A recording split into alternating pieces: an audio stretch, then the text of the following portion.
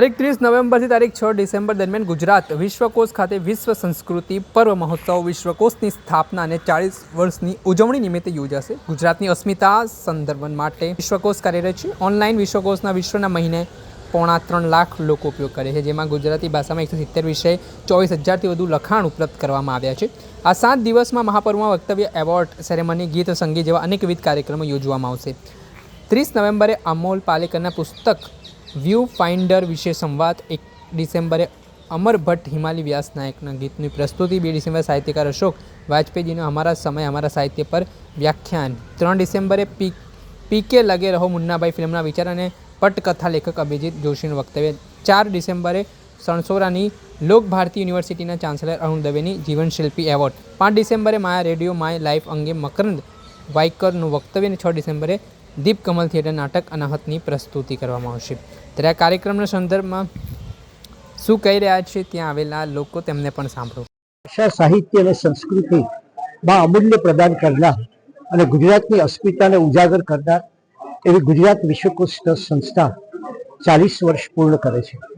2 December 1985ના રોજ એક ભોજન ગૃહમાં શરૂ થયેલી આ સંસ્થાએ આજે એક જ્ઞાનનો મોટો યજ્ઞ ઊભો કર્યો છે અને એ સંદર્ભમાં એના 40 વર્ષ પૂરા થાય છે ત્યારે એને ગુજરાતને એનો પહેલો વિશ્વકોશ આપ્યો, એને ગુજરાતને લેક્સિકન શબ્દકોશ આપ્યો, એને ગુજરાતને અનેક ગ્રંથો આપ્યા, એને ગુજરાતને અનેક કોષ જુદા જુદા પ્રકારના આપ્યા।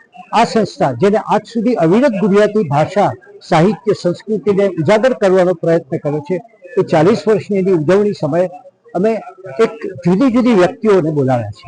એમાં અમોલ પાલેકર છે, જાણીતા અભિનેતા, તો ભારત ભવનના નિર્માતા એવા અશોક વાજપેયી જેવા વિવેચક પણ અહીંયા આવવાના છે, પોતે પધારવાના છે અને વક્તવ્ય આપવાના છે અને સાથે કાવ્યપાઠ પણ કરવાના છે।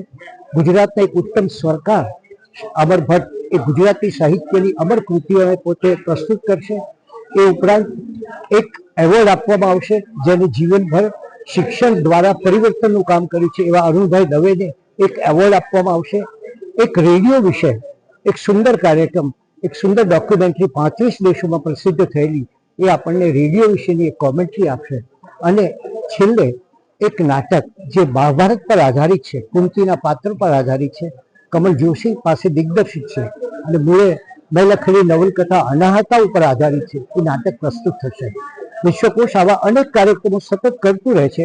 આ એક એનો 40મા વર્ષનો મુકામ છે, એ સૌ સાથે મળીને ઉજવીએ એ ભાવના સાથે આ આયોજન કર્યું છે। દર્શક મિત્રો, આવા જ વિડીયો જોવા માટે સ્કાયનેટ મીડિયા જોતા રહો।